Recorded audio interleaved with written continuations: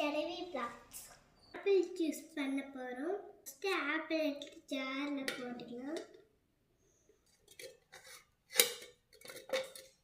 First பால் எடுத்து ஊற்றிக்கலாம்.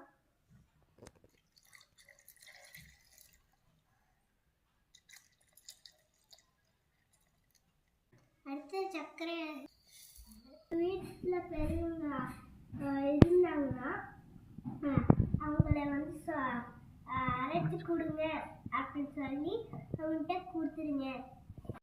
இப்போ வந்து ஆப்பிள் மில்க் ஷேக் ரெடி ஆயிடுச்சு. இப்போ டேஸ்ட் பண்ணி பார்ப்போம்.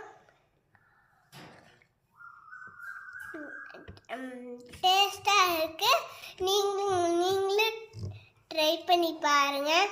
உங்களுக்கு இந்த வீடியோ பிடிச்சிருந்தா லைக், ஷேர், சப்ஸ்கிரைப் பண்ணிடுங்க. பாய்.